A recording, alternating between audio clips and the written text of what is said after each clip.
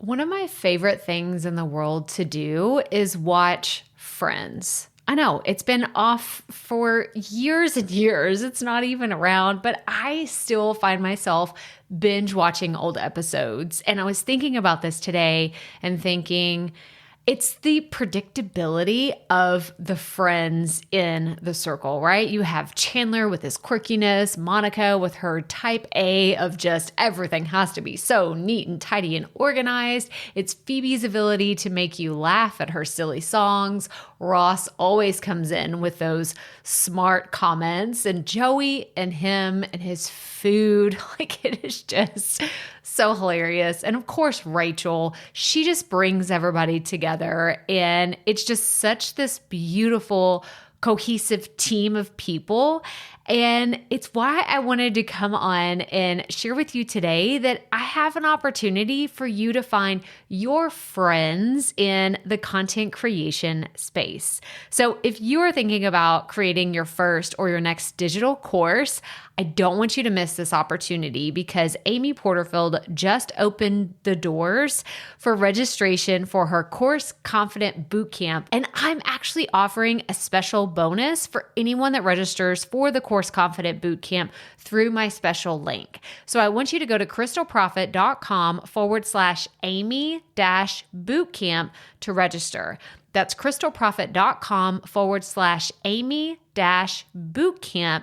And what you're going to find when you get there is I have this special bonus private podcast series. It's called Money Mindset for Creators. So I want you to go register for Amy's bootcamp, download the podcast, and immediately start listening to it, because what this training is set up to do is to help you get your mind right about monetizing your content, making money so that you can fuel your content creation dreams. So go to crystalprofit.com/Amy-bootcamp to register for Course Confident. And I cannot wait for you to find your friends and find the people that will be there for you. Do you see what I did there? Yeah, nice little friends segue connection.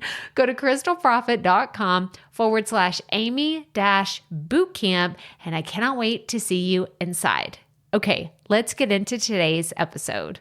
I'm so excited about today's interview because this bonus episode is just this person has just become one of my dearest friends, and we are just having so much fun on this entrepreneur journey together.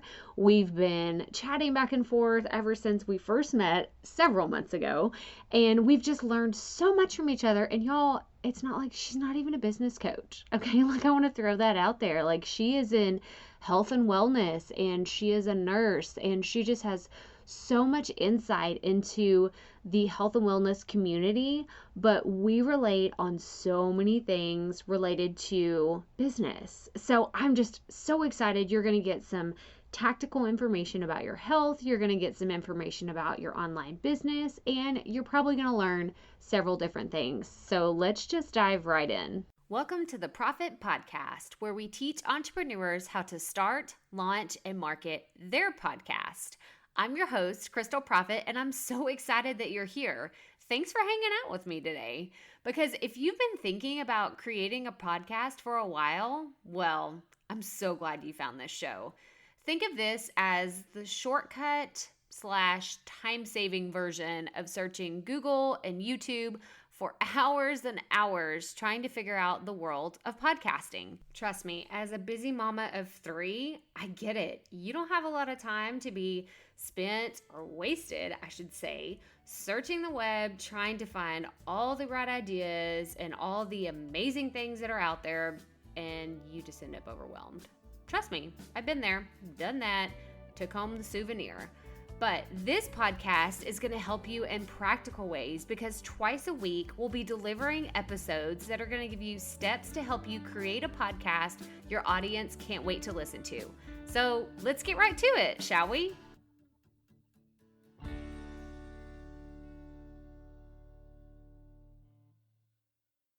Holy moly. This podcasting stuff is so overwhelming.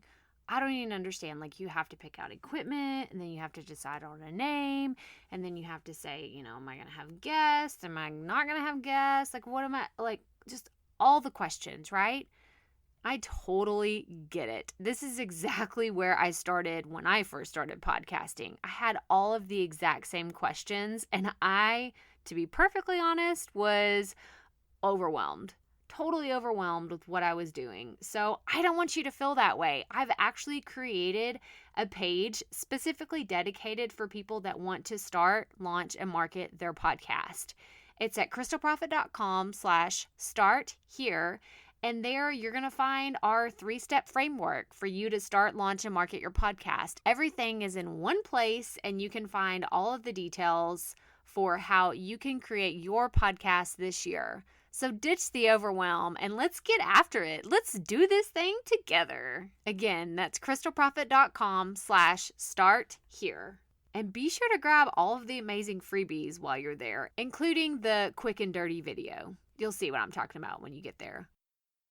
So like I said earlier, I'm really excited about this interview because Shawna Curry, who is our guest today, has just become such a cool person to talk to. You're going to love our interview. First of all, I'm just going to throw that out there. Like, we are just kindred spirits, and she's my soul sister on so many levels, which is hilarious because she lives in Calgary, Canada, and I live in Houston, Texas. So we couldn't be further apart from each other physically, but in the entrepreneurial sense, we are just right there in the thick of everything, and we're on the same journey as far as growing and scaling our business and trying new things. So you're just going to get so much out of this interview today.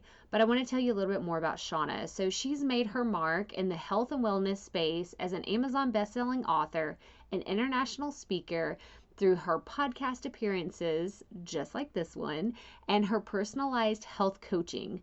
This variety of experience has built a community of clients who have benefit from her intimate and inspiring health and wellness information. Her writing has been published in Forbes, Inc., Apple News, Impact, and Bloom magazines. Her company, Health Redesigned, has been dedicated to total health solutions and all of the aspects of healthy living, including fitness, sleep, nutrition, self-help, and overall lifestyle strategies. And y'all, Shawna is just committed to helping people become the happiest and healthiest versions of themselves. I know you've heard me say that before. It's like, just being the absolute best version of yourself. And I think that's probably why we connect on such a deep level. But over 2 decades, she has made her mark in the health and wellness space with live speaking engagement, published health articles, and personalized health and fitness trainings. And through all of this, Shawna has continued to work as a registered nurse, professional coach, and fitness instructor. This variety of experience has built a community of clients who benefit from her special form of intimate and inspiring health and wellness information. Shawna's connections with her clients comes from her own unique journey to complete health and wellness. Her passion comes from her own experience overcoming feelings of being broken. Over the years, Shawna struggled with food sensitivities, inflammation, and recovering from multiple sports injuries. She used her education and experience in the health and wellness world and some personal experimentation to find a program that allowed her to reach her goals and overcome her health challenges. She now uses this experience, her own personal journey, to inspire women to take charge of their own health and feel their best. So, oh my gosh, like I said, I'm so excited for this interview. I can't wait to see what you think about it too. So here is my interview with Shawna. Okay, Ricky podcast listeners, I'm so excited to introduce to you today our guest, Shawna Curry. So welcome to the show, Shawna.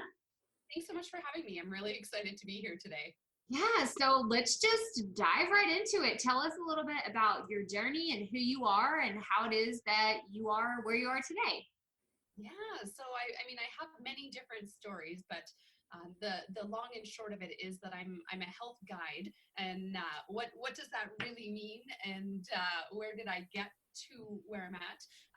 It's been kind of a journey combined with my own health challenges and then my own kind of academic stuff that's brought me to where I am. But the more interesting part of that story is really my own health journey. And so had jaw surgery when I was 18 because of a large overbite, had some reconstruction. And then because of that, struggled with a lot of other health challenges that came as a result of being on antibiotics for 6 months after, because of chronic sinus infections. And so I ended up with things that young, 18, 19, 20-year-olds don't have, things like shingles 3 times, staph infections, fungal infections, gout, inflammation so bad I had to walk upstairs sideways. My sleep fell apart. I was only getting 2 to 3 hours a night. My mood fell apart because I wasn't sleeping, and I literally thought I was going crazy. And all of this was happening while I was going through a kinesiology degree, working as a personal trainer and a coach, and eventually moving into nursing. But still really struggling with this weird stuff that just kept cropping up and feeling broken all the time, and couldn't figure out what was going on. And so my story really evolves out of how did I essentially fix myself and learn to not feel broken anymore, and how do I apply that to my business as a nurse and the coaching work that I do in terms of being able to help other people and really prevent people from going through that same struggle that I did, and not feeling broken and finding ways to ultimately take care of your own health, to feel empowered, even though the medical system might say you don't have a disease, you don't have a medical condition, but you're not well. And we know that there's a differentiation between having a disease, but not, versus not being well. And so my mission now is to go out and to help as many people as I can to feel their best so that they can live a richer and happier life. That's awesome. Excuse me. And I've noticed this pattern that that guests that we have on the show, they have this idea, they have this business that is born out of a personal experience for them. And I think that just gives you so much credibility and so much connection to the people that you work with. So do you find yourself when you're working with someone just telling them like, look, I understand, maybe it's something that's hard or it's something that's new? Do you use a lot of your own personal story in the way that you help your clients? Absolutely. I find that sharing my story really builds a lot of credibility. If you were to see me, I look like I've got it all together. So I'm, to give some perspective, I'm 5'5", I'm 120 pounds, I'm quite lean. The weight that I have on my body is fairly muscular. So you look at me and I look healthy. I look like this, fairly active person. And so you think, well, what does she know about struggling? And I've actually had a lot of clients. I've been coaching probably almost 20 years now in different capacities. And I've had clients be like, wow, like they've got their own struggles. And while they're different from the struggles that I've had, it opens this door in terms of accessibility with them, because they think, they've admitted to me to say, wow, like I didn't think you knew what it was like to have challenges or to have struggles. And now I feel like I can trust you more and I can relate to you more. And I find that for me, initially sharing my story was incredibly vulnerable. And I felt very exposed sharing that, because I feel like in the health world, I've got to have my act all together. If I'm telling you to do this, I'd better be able to do it myself and have that all together and have this really like perfect, if you will, image of myself to show to the world, of like showcase, like, these are all the great things I tell you to do. And look at how amazing I am.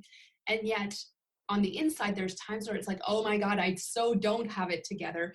And it's really important. Like the more composed I tried to be, the less I connected with my clients. And the more that I open myself up and share my story, the more connection I actually build, the more trust that I build. And that really just helps to propel my business.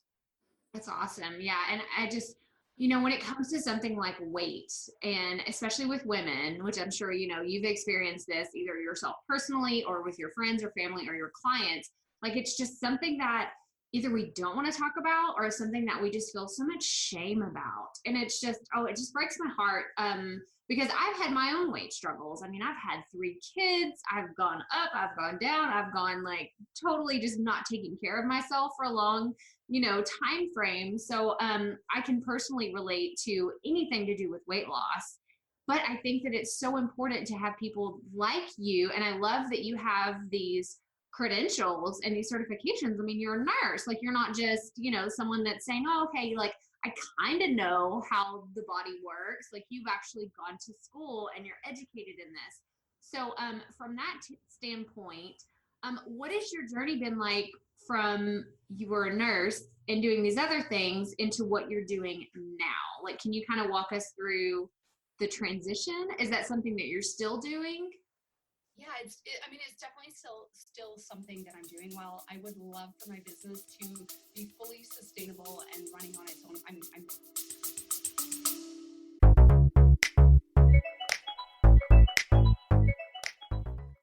Being a woman in business comes with its own unique set of challenges, but also so many opportunities.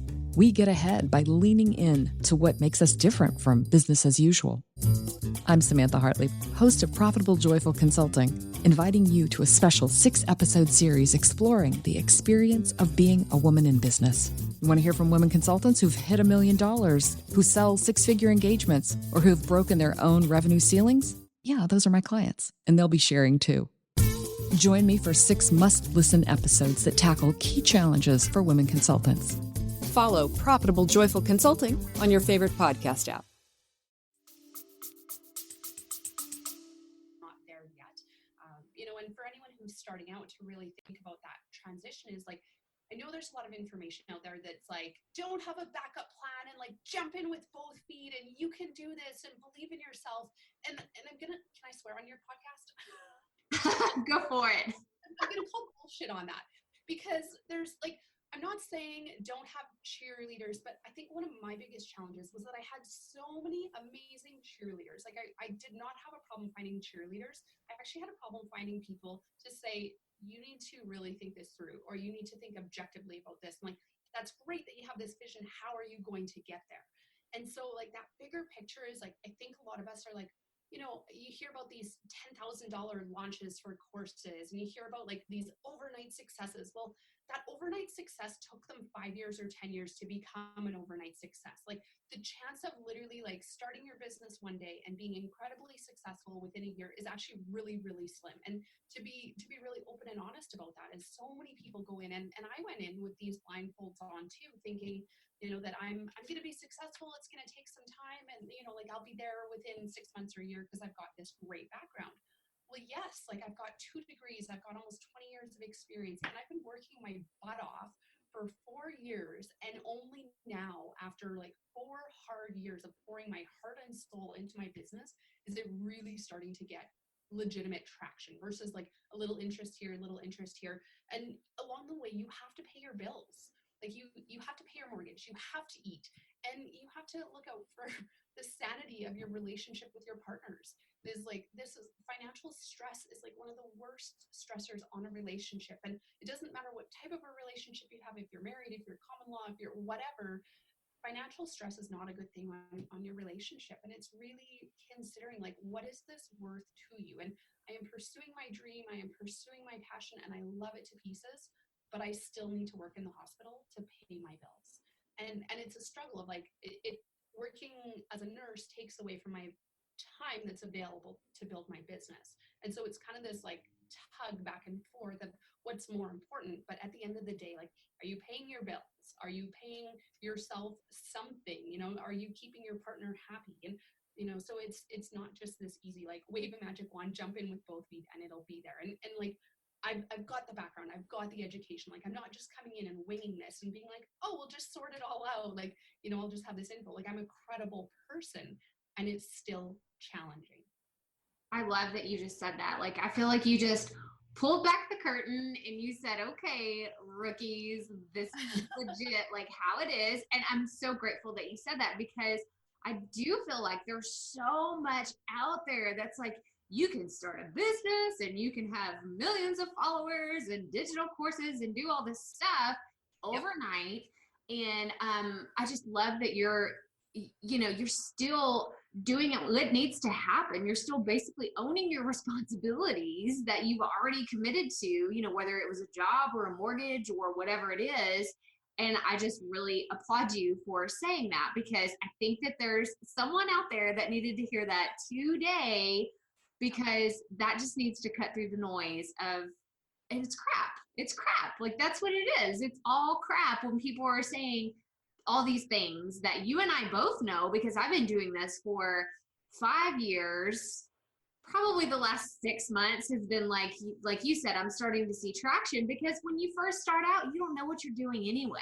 And that is like, so speak to that a little bit. Like speak to what were some of the aha moments or the biggest mistakes that you made when you first decided, hey, I'm going to try this side thing that's completely different than my regular job? Like, tell us about that.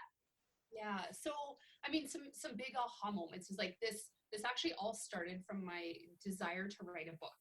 And so I told my husband, I want to write a book. And he's like, great, write a book. I'm like, but I want to write a book. He's like, then write a book. And I was like, but I'm going to write a book. He's like, then write the freaking book. Like, just get out there and do it. And I was so caught up in the idea of talking about writing this book, I wasn't fully committed to actually doing it. And then he's like, okay, like, where does the rubber hit the road? And I kind of thought about it, and I had been chewing on this idea that I had been evolving with clients that I had been working with for years. And like, I was getting results that other personal trainers weren't getting. I was getting results that other nurses weren't getting. And I knew I was onto something. And this connection of looking at addressing all of your 7 pillars of health instead of just addressing like the exercise pillar while we're personal training, or just the mental or medical conditions pillar when we're nursing. And like, you have to look at the bigger picture. And so kind of getting back to the idea of a book is like, my husband was one of the few people to critique me and be like, well, what makes your book different? And I was like, well, it just is. Like, it's just gonna, and he's like, why would I pick up your book off of the shelf versus any other book out there? And so I really had to dig deep to be like, okay, A, do I want to write this book? And then B, like, how am I marketing myself so that, yeah, I'm different than all of the other quick fixes and like the Jillian Michaels books that are out there, or the Tony Robbins books that are out there, are like, who am I and what's my personality? What's my take on this whole big picture? Because we are caught up in a giant storm of all of this information, in like the health and wellness space is so crowded. To stand out is really challenging at this point.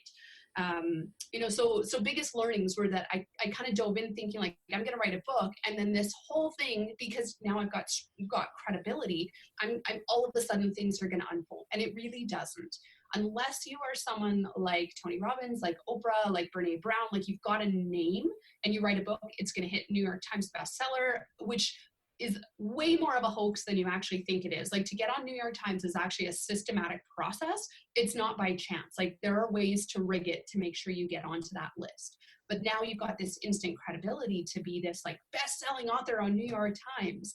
And so kind of through that whole process, it's like, okay, but us people who are just like, we're the little guys, like we are a drop in the bucket. We are these non-existent people. Like, if you're starting out your business, how do you differentiate yourself? And so I think, yes, the idea of like jumping in with both feet for someone with a big name is one thing.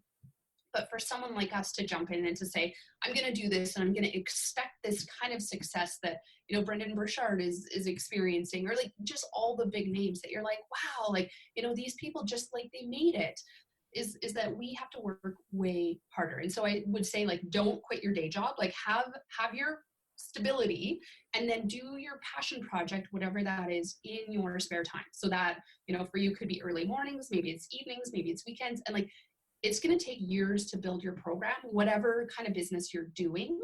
And so making that transition. So if you've got the type of job where you can go from working 5 days a week, and then eventually you can work 4 days a week, and then eventually work 3 days a week, like obviously that would kind of be an ideal. Not every job works that way, right. But it's work your job until your side hustle builds to the point that you physically cannot do both anymore. And then have a backup plan for like a part-time job to like help pay the bills as that bridge. And so for me, that's like, nursing has very much been flexible in that regard, is that I intentionally work as a casual nurse instead of having a specific line. So I don't have a guaranteed number of shifts, which has its pros and cons. But for me, it works really well in that my hubby's a shift worker, so I can kind of work around his schedule. But then I can also say, I'm going to work more this week because I have less going on in my business, or vice versa. And so I think like that was one of the biggest learnings, is like, don't jump in too quickly. And then other business tips are like things around the logistics in your business. Like, people are going to tell you, you need to be incorporated, and you need to have a website, and you need a lawyer for this, and you need to trademark this, and you need to have like great branding, and you need great business cards. And like, when you add up all of those expenses, that is a ton of money. And really, like, to run like a bare bones business, you're probably looking at about, $2,000 to $5,000 per year minimum, without really even spending money on marketing or like any of those kinds of advertising efforts. Like, that's just covering the cost of having an email and a website and like the basics that you need to run a business. So if you can't afford the $2,000 or the $5,000 to just do that, you're not ready. Like you're not even there. And then, I mean, the other big thing is to really ask the right questions and really search around, like, is there actually a need for what your product is or what your business is? And, I went in, and so my original plan with my business was that in the healthcare world, I had worked as a chronic disease nurse for several years, and really wanted to teach other nurses and doctors how to do what I do because I was getting such great results. And so I would talk to them, and the feedback that I got was like, yes, this is such a great idea. It's so needed. And so I'm like, great, pursued it, didn't ask any further questions because I'm like, yes, I got the validation that I needed. I only listened to what I wanted to hear, and spent a full year swimming against the current, not getting traction because, yes, while they thought it was a great idea, they didn't want to spend the time or the money to learn themselves. They just wanted to send their customers to me. And it took me and my thick head a year to figure out how to like actually listen to that and to hear the message, to get the right information, to be like, oh, so you don't actually want to pay me for what I'm trying to do? And so once I got that feedback, to be like, wow, I'm not actually targeting the doctors, I'm targeting the patients. And so then I was able to change my whole program around and revamp everything. So similar material written very differently. Instead of doctor speak, it's now plain language.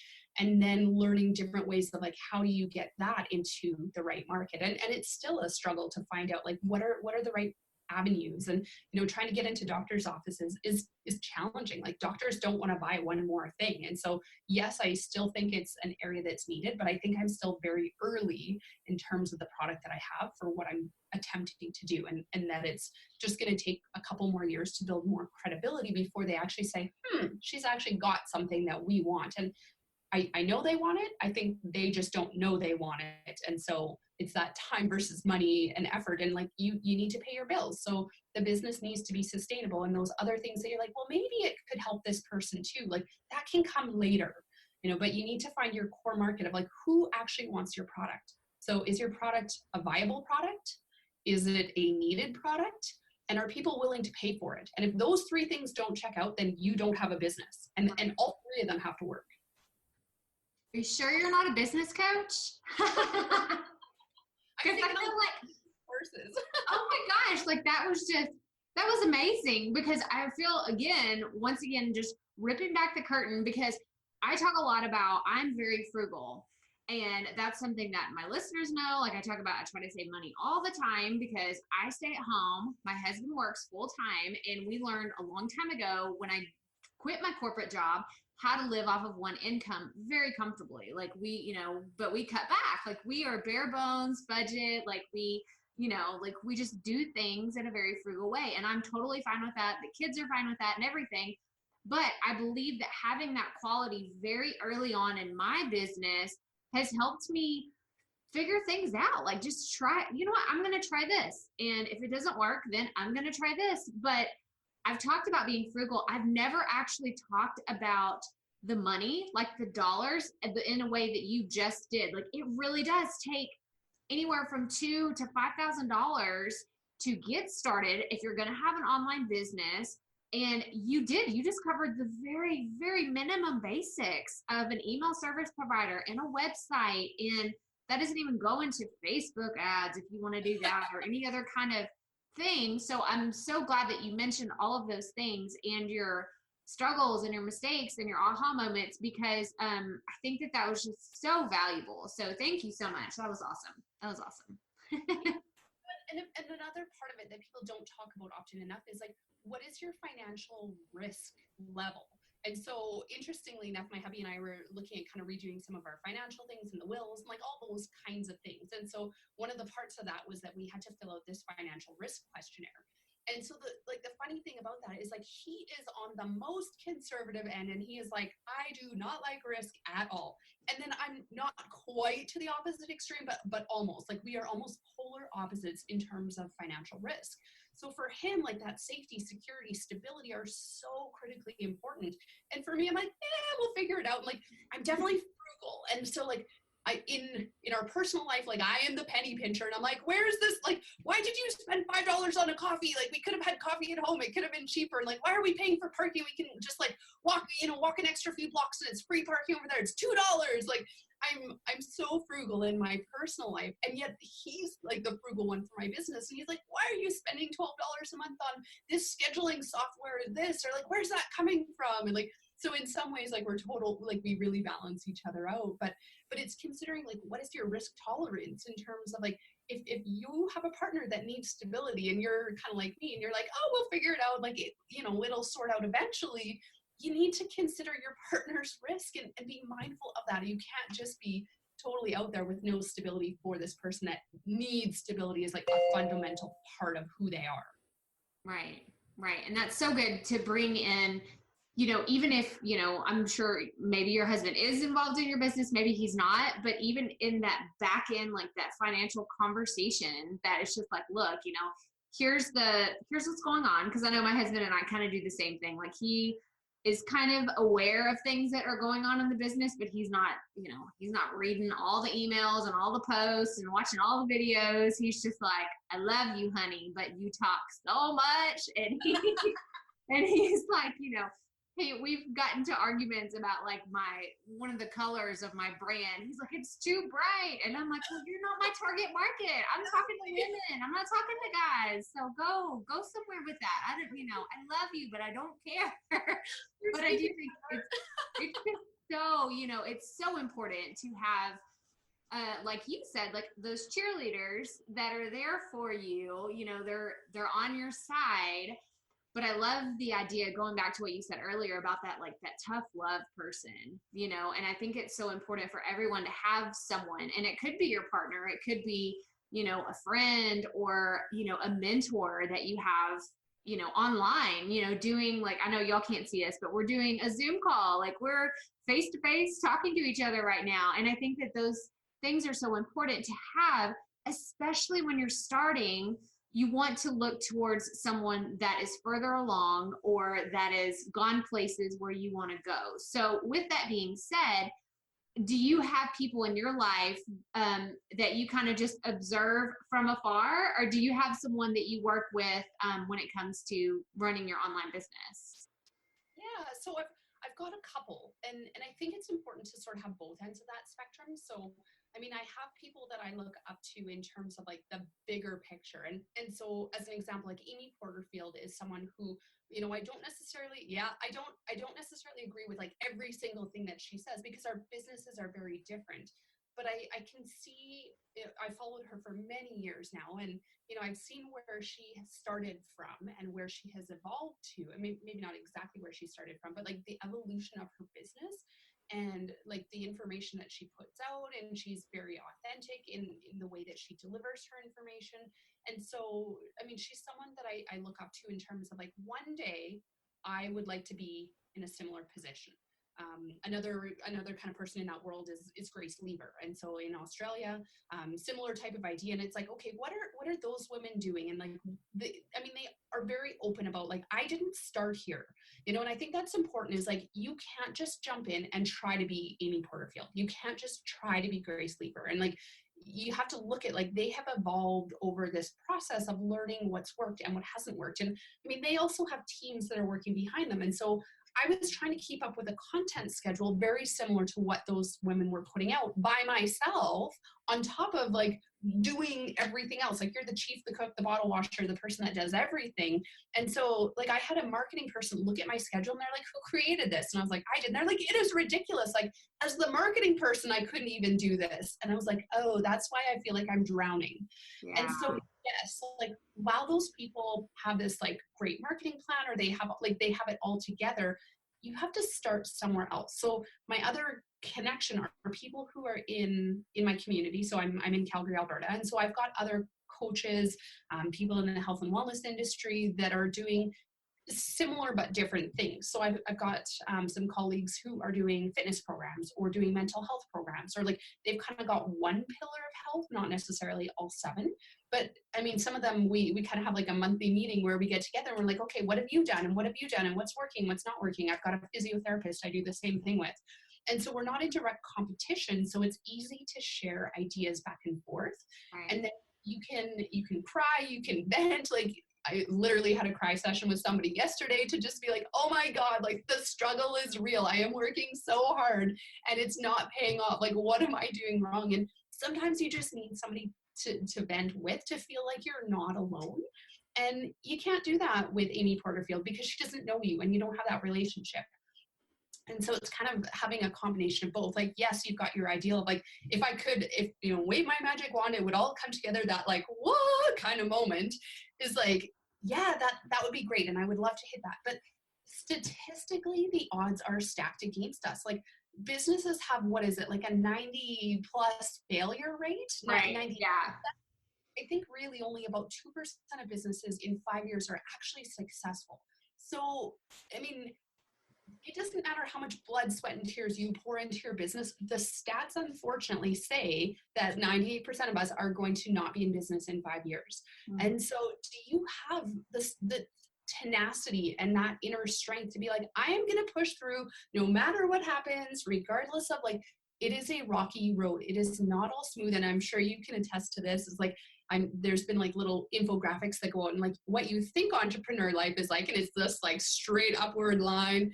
And then there's the other picture of like what entrepreneur life is literally like. And it's either like an up, down grid, or it's this like twisty spider web that's like all the lines are overlapping, kind of like a ball of yarn. And you're like, yeah, that is reality. Like it is not a smooth road. It's all happy and wonderful. Bullshit. It is life. It's raw. Like I have high moments where I'm like, oh my God, I just got a great contract. This is amazing. I'm on the top of the world. Or, you leave a speaking gig and you feel energized and empowered. And I'm like, I love speaking. And so for me, like I walk out of some of these events, I'm like, oh my God, that was so fantastic. And then on the flip side, like you have something that you put your heart and soul into and it flops or it doesn't work out or your program doesn't run because you don't get enough registrants or like, and then you're so low and it's this like, can you handle that? And some people can and some people can't. It's hard. Right. Oh man, I feel like, did we even talk about what it is that you actually do? Because guys, Shawna is not a business coach, but man, her strategies and stuff. But it's a very common theme that I see, like you said, because you've been doing this, would you say for 4 years, 5 years? Yeah, like the official business has been running for 4 years and it's been in the works even before that. So, but that's the part that I love is what somebody may not understand. If you're just starting an online business or you're thinking about it, I bet Shawna and I could sit here and tell you all the times that we watched. Like I feel like I spent years just watching what other people were doing, how they were executing their plans or how their websites look. Oh my gosh, I totally geek out on just going and looking at people's websites and dreaming like, oh, one day when I have money, like this is my website. Yeah, and they're custom builds and we can't afford that. So like you need the website program that just like gives you the basics. Right, exactly. But I love everything that you've said about,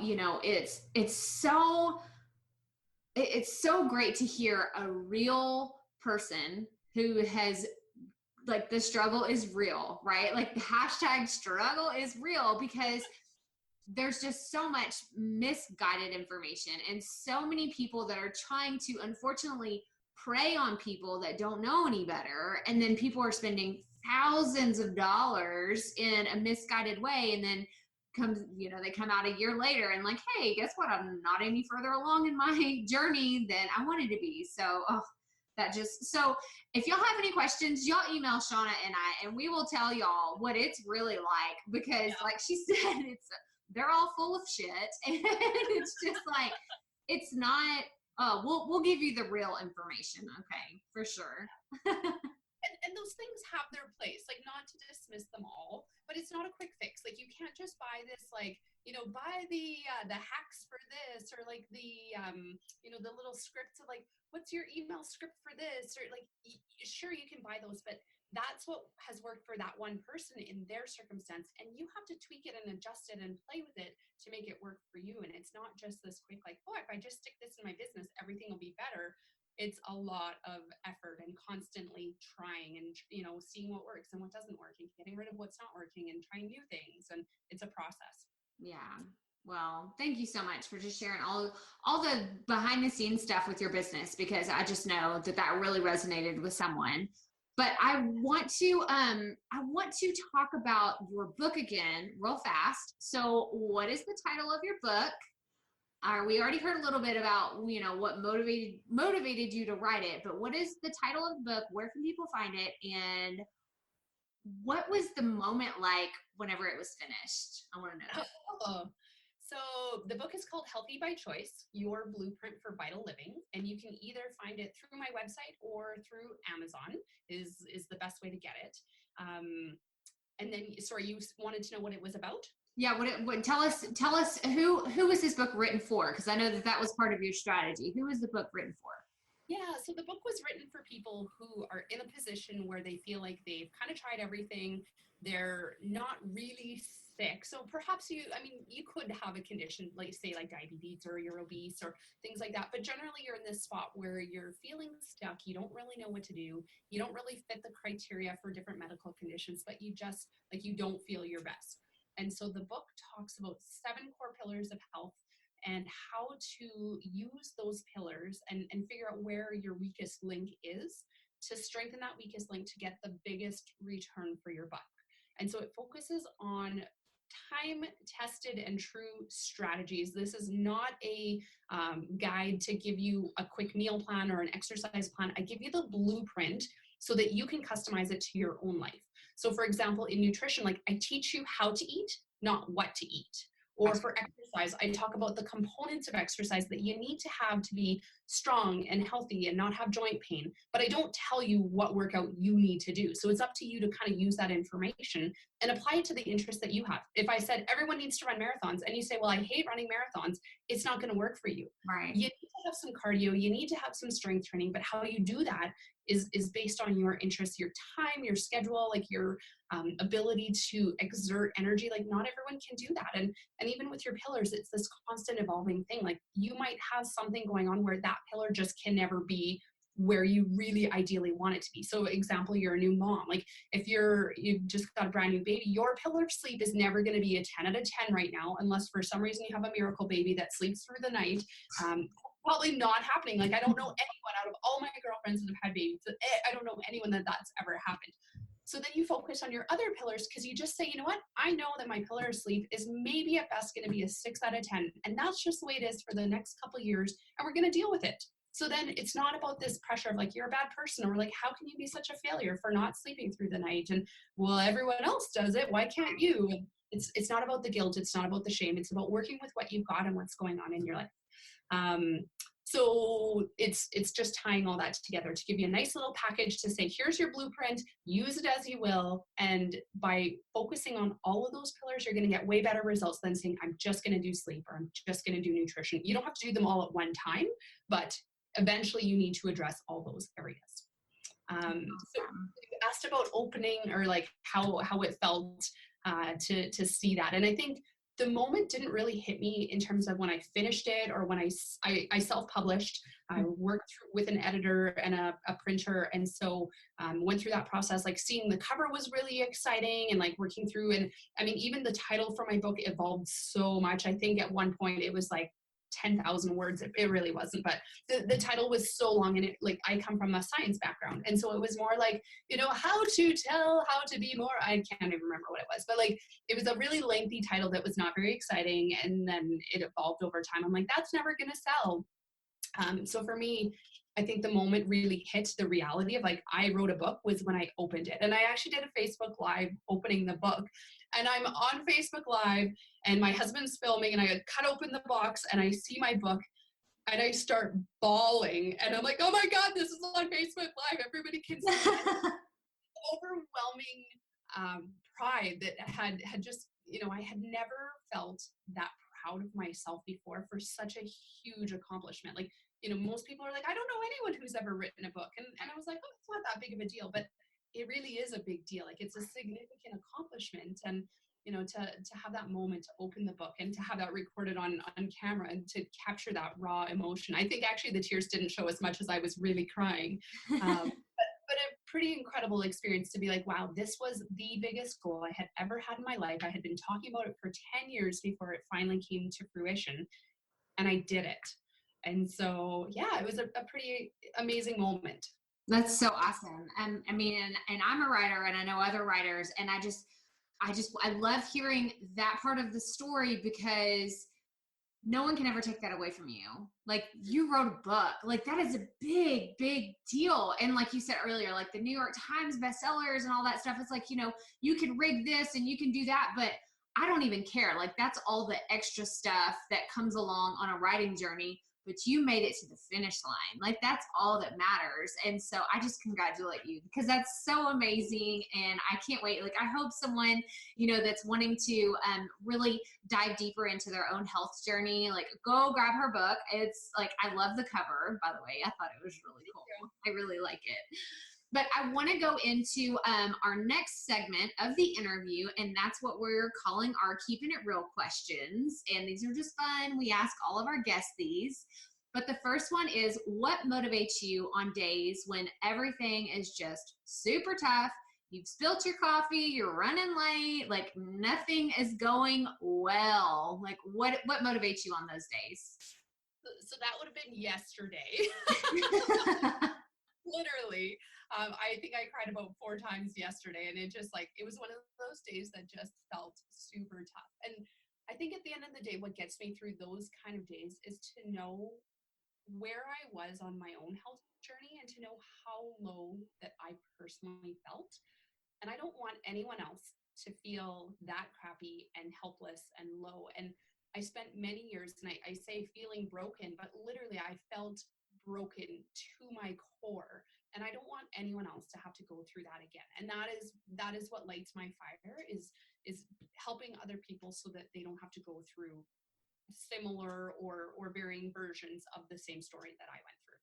Oh, that's so good. That's such a good, I love the personal touch that you add to, any part of your business, because it does, like, that purpose is what keeps you going. And, because there are days where you just want to say, I quit. Why am I doing this? I can just do my nursing job, and I can, just keep going further into that if I wanted to. But it's having that struggle and having that overcoming something, and knowing, like, and telling other people you can do this too. So that's so great. I love that. So my next question is, do you consider yourself a perfectionist? 100%. 110%. I am like, I'm A+++. Like, I'm all, like, not quite OCD, but like very much like things need to be so perfect. And I think it was actually Amy Porterfield that said it, like 80% and ship it. And for me, like, that is a huge mind shift of like, but this has to be perfect. This has to be the best version. And what I've really learned by accepting that 80% is it actually takes more of your personal self out of it. It really removes that, like, oh my God, because you don't like it, this is an attack on me, on Shawna, because you don't like Shawna. Instead of saying, okay, I'm acknowledging this is 80% and it's not perfect, there's mistakes. And so now they're actually attacking the mistakes that I knew were either in there, or it was missing, or it had too much of this. Like, so then they're attacking that 20% that I knew was already there. And for perfectionistic type people, type A people like me, that's actually a really helpful approach. And it made a big difference for me to look at it that way. That's awesome. Yeah. I don't think I've heard that analogy before with the 80%. Like, that's great. I know, because I'm a total Amy Porterfield. Shout out, Amy. We love you. Like, I'm a total Amy Porterfield nerd. And I love, there's one episode that she did on her podcast, and it was with Brooke Castillo. And if you haven't listened to that one, go listen to it. But she talks about doing the B+ work. And it's, it's just so freeing to know that these people, these women that have these multi-million-dollar businesses, like, this is how their mind works, but that's the only way to keep going. Because I feel like perfectionism can really cripple you and hold you back, because you just want to make it perfect, Did you experience that whenever you were writing your book? Oh, absolutely. Absolutely. And like, I mean, it was literally done. We had submitted it to the publisher. It was, or not to the publisher, but to the program that uploads it to Amazon and to Apple and Indigo, right, and like that goes out, and I was going through it and I'm like, oh my God, there's an error here and there's an error here and and then this is wrong. And then I think a week after we had uploaded it, there was some new information that came out about gut health. And I was like, oh my God. So I have a chapter on digestion, and even writing the chapter was super challenging because I knew in a year from publishing that everything I wrote would pretty much be obsolete. And so then this new information comes out. I'm like, I am like totally contradicting this new information that has to be said. And so we were able to change those, but then the newest version that came out, there's still errors in it. And so like, you know, I'm keeping track of those little errors. So if I ever republish or anything, but I mean, you're never, and like I looked over it, the editor looked over it, someone else on her team looked over it. Like we spell checked it, and it's not even things like it was the wrong spelling. It was like a different version of the word. So like I have a portion plate where I talk about foods. And so like, it was the word mussels. So like the little clamshell type thing, but it was written as muscles, like my bicep. And I was like, it's a correct word. It's just the wrong word for that place. Right. And so like, you know, the wording is like in my head, I knew what I was saying, but then the way it's written, it implies something that contradicts what I actually wanted to. So like, you know, you think you've got all those things sorted out, and you don't. There will probably always be like a spelling error somewhere, or like a grammatical, or like, and you just have to let it go and be like, yep, 80%, we're good. Right. That's awesome. Well, I love that outlook, because it's, you know, it's how you get stuff done. It's how you get a book published. Come on. And I'm not saying like throw out garbage work, by no means. Definitely like work hard and put out something that you're proud of, but just, it doesn't have to be perfect when it goes out, because the feedback that you'll get sometimes will make it even better than what you could have ever created on your own with what you've got going on in your own mind. Right. Well, and to your point, I remember as a writer, I read a published book. I don't remember if it was Penguin, Random House or something, but it was, you know, it was a big name publisher. And I remember seeing a spelling error. And I was like, yes, because it's like, you know, even the big guys, you know, like they make mistakes. And so it's just so reassuring that, you know, nobody is perfect. Nobody is perfect. Perfection does not exist. And so it's cool to hear that from another writer. But okay, so I have one last question for you. And that is, if you could go back in time and give your younger self one piece of advice, what would you say to her? Oh man, there are so many things. What would I say? That's a great question. I think it would have to tie into like, don't tie up your identity into your business. Is that there's a lot of who you are as a person that gets really wrapped up in creating your business. Is like, this is what you do all the time, and like it's a 24/7 job, and I really work hard not to do it 24/7, but there's times that, you know, you have to respond to emails when you don't want, you know, when you're on family time, or you have to do evening events or go do stuff on weekends, and like it's not 24/7 every day, but it varies. And so when this becomes your whole life, and this becomes your identity, and how you you know, how you look at yourself, is like, my business is very based around who I am and my experiences. And so I would say, like, find other ways to not tie yourself up so much into your business, because again, we've got a 98% failure rate. So when that business inevitably, unfortunately fails, who are you as a person? And so be really like, have other ways, like have other hobbies, have other interests, have other things that you can do, so that, yeah, if that business goes down the toilet, then you have other things that make you who you are, and that you're, you know, you're still a mom, you're still a wife, you're still a really great friend, you're still an artist, you're still athletic, like you still have all these other things that identify who you are, that you are not just your business. That's awesome. Oh, that's such a good place to end. So, Shawna, thank you so much for coming on the show today. And I want you to share with everyone, where can we find you? Where are all the places that you are online? And again, tell us the name of your book once more. That way, if someone wanted to go find it on Amazon, just give us all the information. Great. So you can find more about me at my website, healthredesigned.com. And you can find my book there. I've got a link to it. So it's Healthy by Choice, Your Blueprint for Vital Living. You can also find it on Amazon. And then most of my social media is at Health redesigned, and unfortunately Twitter, the design, the ed on the end was taken, so I'm just Health Redesign on Twitter, and truthfully I don't really use it very much, so it's not a huge deal. And then I have a bunch of courses. I had one that I recently updated and redesigned. It's called the Your Lifestyle Redesign Program. And so for your listeners, I'd love to offer a little bit of coaching around that. So if you do sign up for that in the next 30 days from this podcast going live, I'm going to offer you a 10% discount and a 60-minute coaching session. So usually I only do 15 or maybe 30 at the most. I'm going to give you a full hour of my time, and you just need to use the promo code ROOKIE, and that will give you all of that stuff. We'll tie that into the show notes as well. Perfect. Thank you so much. That's so sweet of you to do that. And y'all really take advantage of being able to work with Shawna, because she's just such a great personality. I mean, I could tell, like, we're so far away. We're in like totally different realms of the universe, I feel like, but this was amazing. I can't wait to chat more with you, because I just feel a great connection, and I know that your heart is really in it to help people. So thank you so much for coming on the show today.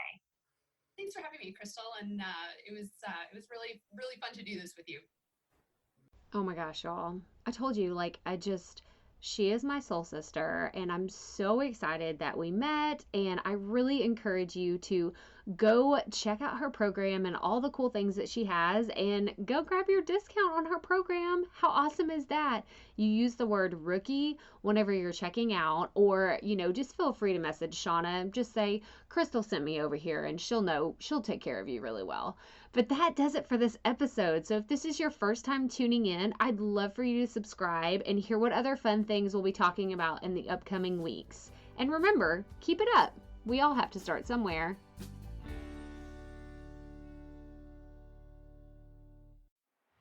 Hey, Profit Podcast listeners. Thanks for sticking around to a little bit after the episode to hear this special message, because I want to hear from you. We are starting a new segment called Fan Mail Shoutouts, and I want to hear from you, and I want to hear your questions. What do you want to know? What questions have you been dying to ask me? So here's how to make this happen. Go to the app where you're listening to this podcast right now. Go there. I'll wait a second. Okay. Now, once you're there, you're going to see a hyperlink at the top of the episode description that says, send Crystal a text message. And that's all I want you to do. Send me a text. It could be casual, informal. It could be totally anonymous. Or if you want, you can include your name and the name of your podcast or content wherever you are creating, and I will give you a special shout out in an upcoming episode. So again, go to the show notes for where you're listening to this episode right now, and it will say, send Crystal a text message. And I cannot wait to hear from you and give you a shout out in an upcoming segment of Fan Mail Shoutouts.